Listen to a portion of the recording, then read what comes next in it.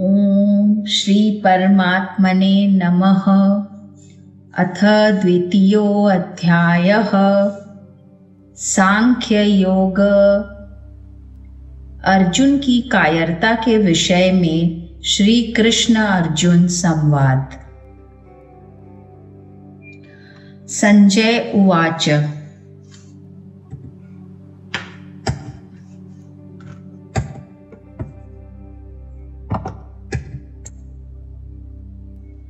तं तथा कृपयाविष्टम् अश्रुपूर्णाकुलेक्षणं विषीदन्तमिदं वाक्यम् उवाच मधुसूदनः।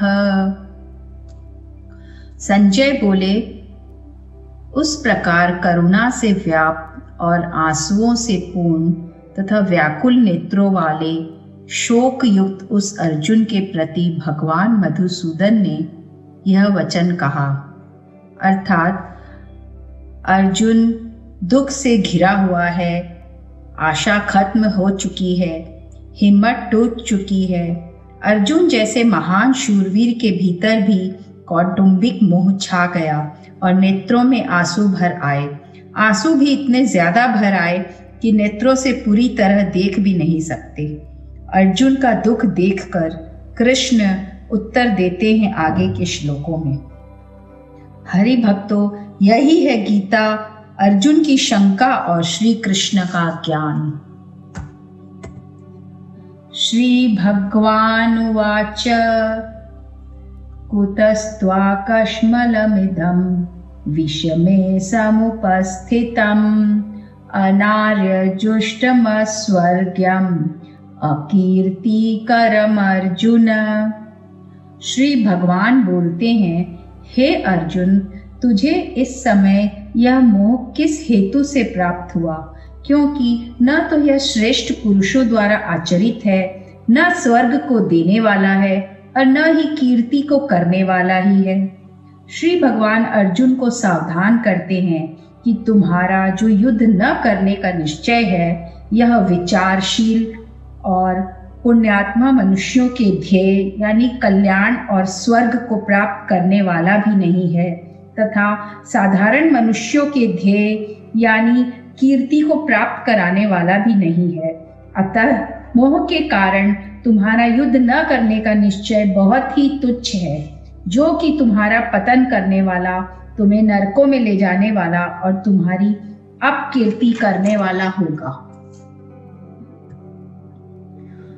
क्लैब्यं मास्मगमः पार्थ नैतत्त्वयुपपद्यते शूद्रं हृदय दौर्बल्यं त्यक्त्वोत्तिष्ठ परन्तप। श्री भगवान कृष्ण को समझाते हैं, हे अर्जुन, नपुंसकता को मत प्राप्त हो, तुझ में यह उचित नहीं जान पड़ती। हे परंतप, हृदय की तुच्छ दुर्बलता को त्याग कर युद्ध के लिए खड़ा हो जा। भगवान को अर्जुन से जब कोई विशेष बात कहनी होती है या कोई आश्वासन देना होता है या उनके प्रति भगवान का विशेष रूप से प्रेम उमड़ता है, तब भगवान अर्जुन को पार्थ कहकर पुकारते हैं। श्री भगवान कहते हैं, युद्ध न करना धर्म की बात नहीं है, यह तो नपुंसकता है। इसलिए तुम इस नपुंसकता को छोड़ दो। तुम कुंती जैसी वीर क्षत्राणी माता के पुत्र हो और स्वयं भी शूर वीर हो। तात्पर्य है कि जन्म से और अपनी प्रकृति से भी यह नपुंसकता तुम्हारे में सर्वथा अनुचित है। भक्तों, श्री कृष्ण यहाँ नपुंसकता का अर्थ शक्तिहीनता, कमजोर हो जाना, युद्ध से मुंह मोड़ लेने वाली बात कह रहे हैं। यानी कि जो धर्म कहता है उसके अनुसार कर्म को करना ही चाहिए। श्री भगवान कहते हैं, हे अर्जुन, तुम जो ऐसा मानते हो कि मैं धर्मात्मा हूँ और युद्ध रूपी पाप नहीं करना चाहता, तो यह तुम्हारे हृदय की दुर्बलता है, कमजोरी है। इसका त्याग करके तुम युद्ध के लिए खड़े हो जाओ।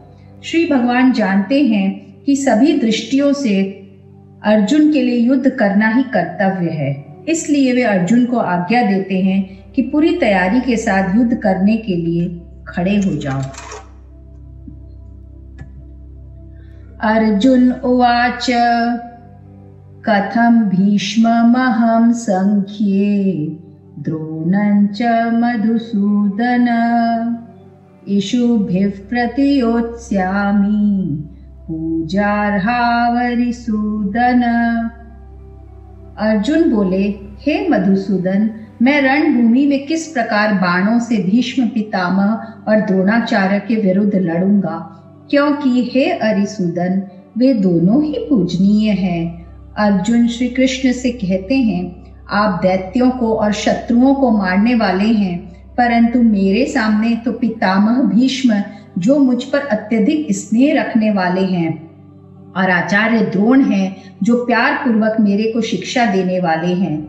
ऐसे मेरे परम हितैषी दादाजी और विद्या गुरु को कैसे मारूं? बचपन से ही मैं पितामह भीष्म की गोद में पला हूँ। बचपन में मैं जब उनको पिताजी पिताजी कहता, तब वे प्यार से कहते कि मैं तो तेरे पिता का भी पिता हूँ। इस तरह वे मेरे पर बड़ा ही प्यार स्नेह रखते आए हैं। आचार्य द्रोण का भी मेरे पर इतना स्नेह है कि उन्होंने खास अपने पुत्र अश्वत्थामा को भी मेरे समान नहीं पढ़ाया। उन्होंने ब्रह्मास्त्र को चलाना तो दोनों को सिखाया, पर ब्रह्मास्त्र का उपसंहार करना सिर्फ मेरे को ही सिखाया, अपने पुत्र को नहीं। उन्होंने मेरे को यह वरदान भी दिया है कि मेरे शिष्यों में अस्त्र शस्त्र कला में तुम्हारे से बढ़कर दूसरा कोई नहीं होगा। ऐसे पूजनीय पितामह भीष्म और आचार्य द्रोण के सामने तो वाणी से तू ऐसा कहना भी उनकी हत्या करने के समान पाप है।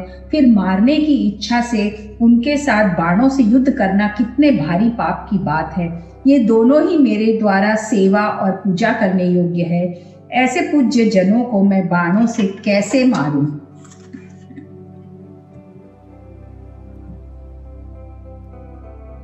गुरुन् हत्वा हि महानुभावान् श्रेयो भोक्तुं भैक्ष्यमपीह लोके हत्वार्थ कामांस्तु गुरुनिहैव भुञ्जीय भोगान् रुधिर प्रदिग्धान्।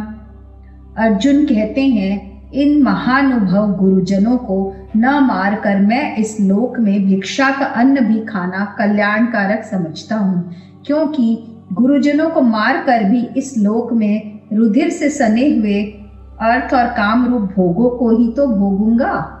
अर्जुन कहते हैं कि अगर भीष्म द्रोण आदि पूज्य जनों के साथ युद्ध नहीं करूंगा तो दुर्योधन भी अकेला मेरे साथ युद्ध नहीं करेगा। इस तरह युद्ध न होने से मेरे को राज्य नहीं मिलेगा, जिससे मेरे को दुख पाना पड़ेगा। मेरा जीवन निर्वाह भी कठिनता से होगा। यहाँ तक कि क्षत्रिय के लिए निषिद्ध जो भिक्षा वृत्ति है, उसको भी जीवन निर्वाह के लिए ग्रहण करना पड़ सकता है। परंतु गुरुजनों को मारने की अपेक्षा मैं इस कष्टदायक भिक्षा वृत्ति को भी ग्रहण करना श्रेष्ठ मानता हूँ। अगर मैं आपकी आज्ञा के अनुसार युद्ध करूं, तो युद्ध में गुरुजनों की हत्या के परिणाम में मैं उनके खून से सने हुए और जिसमें धन आदि की कामना ही मुख्य है, ऐसे भोगों को ही तो भोगूंगा। उन भोगों के मिलने से मुक्ति थोड़े ही होगी, शांति थोड़े ही मिलेगी।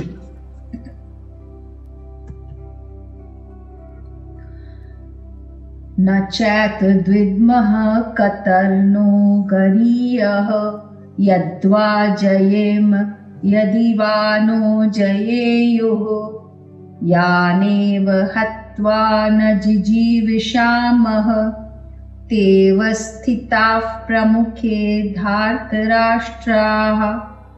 अर्जुन कहते हैं, हम यह भी नहीं जानते कि हमारे लिए युद्ध करना और न करना इन दोनों में से कौन सा श्रेष्ठ है, अथवा यह भी नहीं जानते कि उन्हें हम जीतेंगे या हमको वे जीतेंगे। और जिनको मार कर हम जीना भी नहीं चाहते, वे ही हमारे आत्मीय धृतराष्ट्र के पुत्र हमारे मुकाबले में खड़े हैं। भविष्य में क्या होगा ये तो कोई भी नहीं जानता। विधि ने क्या विधान लिखा है उसके बारे में किसी को नहीं पता, लेकिन वर्तमान में हम जो करना चाहते हैं उसका निर्णय हमारे हाथ में होता है। हमारे कर्म सिर्फ और सिर्फ हमारे ही हाथ में है। तो क्या युद्ध जीतने के लिए अपनों को मारना ठीक है? अपने कर्म को पूरा करने के लिए हमें किस सीमा तक जाना चाहिए और किसी सीमा को पार करना चाहिए? कार्पण्य दोषोपहत स्वभावः पृच्छामि त्वां धर्म सम्मूढ़ चेताः यच्छ्रेयस्यानिश्चितं ब्रूहि तन्मे शिष्यस्तेहं शाधि मां त्वां प्रपन्नम्। अर्जुन कहते हैं, इसलिए कायरता रूप दोष से उपहत हुए स्वभाव वाला तथा धर्म के विषय में मोहित चित्त हुआ मैं आपसे पूछता हूँ कि जो साधन निश्चित कल्याणकारक हो वह मेरे लिए कहिए, क्योंकि मैं आपका शिष्य हूँ, इसलिए आपके शरण हुए मुझको शिक्षा दीजिए। अर्जुन के मन में संदेह रहने का कारण यह है कि एक तरफ तो युद्ध में कुटुंब का नाश करना, पूज्य जनों को मारना अधर्म दिखता है और दूसरी तरफ युद्ध करना क्षत्रिय का धर्म दिखता है। इन दो बातों को लेकर अर्जुन धर्म संकट में पड़ गए। मनुष्य जिस स्थिति में स्थित है उसी स्थिति में वह संतोष करता रहता है तो उसके भीतर अपने असली उद्देश्य की जागृति नहीं होती।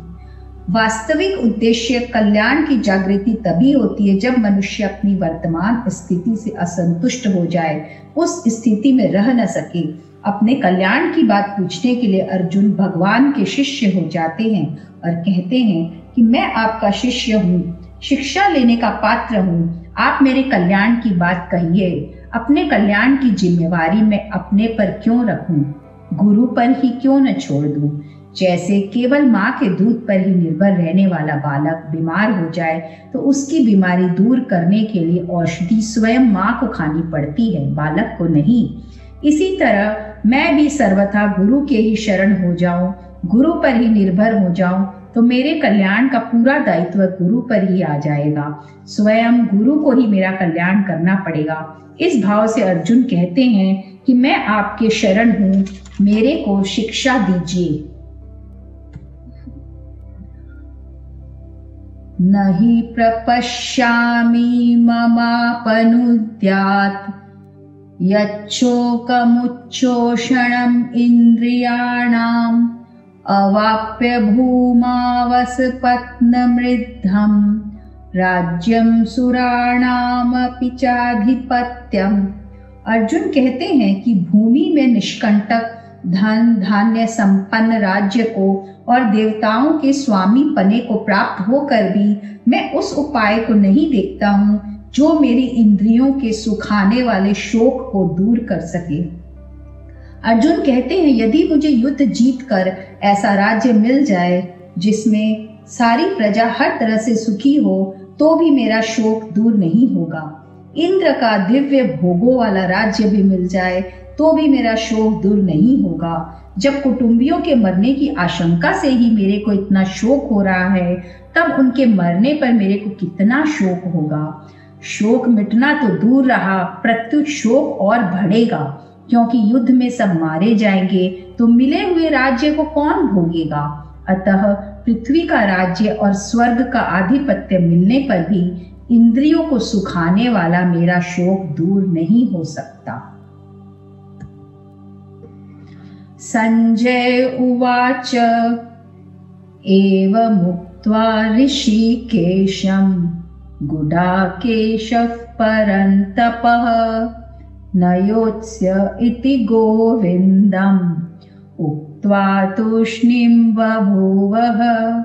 संजय बोले, हे राजन, निद्रा को जीतने वाले अर्जुन अंतर्यामी श्री कृष्ण महाराज के प्रति इस प्रकार कहकर फिर श्री गोविंद भगवान से युद्ध नहीं करूंगा यह स्पष्ट कहकर चुप हो गए।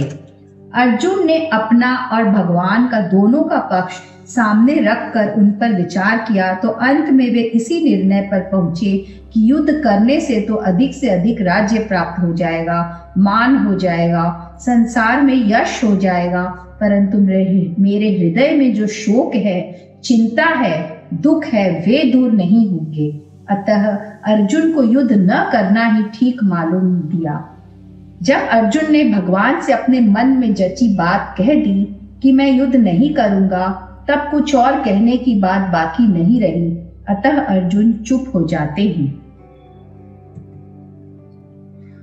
तमुवाच ऋषिकेशः प्रहसन्नेव भारत, सेनयोरुभयोर्मध्ये विषिदन्तमिदं वचः। संजय कहते हैं, हे भरतवंशी धृतराष्ट्र, अंतर्यामी श्री कृष्ण महाराज दोनों सेनाओं के बीच में शोक करते हुए उस अर्जुन को हंसते हुए से यह वचन बोले। तात्पर्य है कि अर्जुन के भाव बदलने को देखकर, अर्थात पहले जो युद्ध करने का भाव था वह अब विषाद में बदल गया। इसको देखकर भगवान को हंसी आ गई। दूसरी बात, अर्जुन पहले शरणागत हो गए थे भगवान के और बाद में निर्णय लिया मैं युद्ध नहीं करूंगा। यह देखकर भगवान को हंसी आ गई। मैं युद्ध नहीं करूंगा कहने पर भगवान अर्जुन को बोल सकते थे कि जैसी तेरी मर्जी हो वैसा कर, परंतु भगवान ने यही समझा कि मनुष्य जब चिंता शोक से विकल हो जाता है तब वह अपने कर्तव्य का निर्णय न कर सकने के कारण कभी कुछ तो कभी कुछ बोल उठता है। यही दशा अर्जुन की हो रही है। अतः भगवान के हृदय में अर्जुन के प्रति अत्यधिक स्नेह होने के कारण कृपालुता उमड़ पड़ी। भगवान साधक के वचनों की तरफ ध्यान न देकर उसके भाव की तरफ ही देखते हैं। इसलिए भगवान अर्जुन के मैं युद्ध नहीं करूंगा इस वचन की तरफ ध्यान न देकर उपदेश आरंभ कर देते हैं।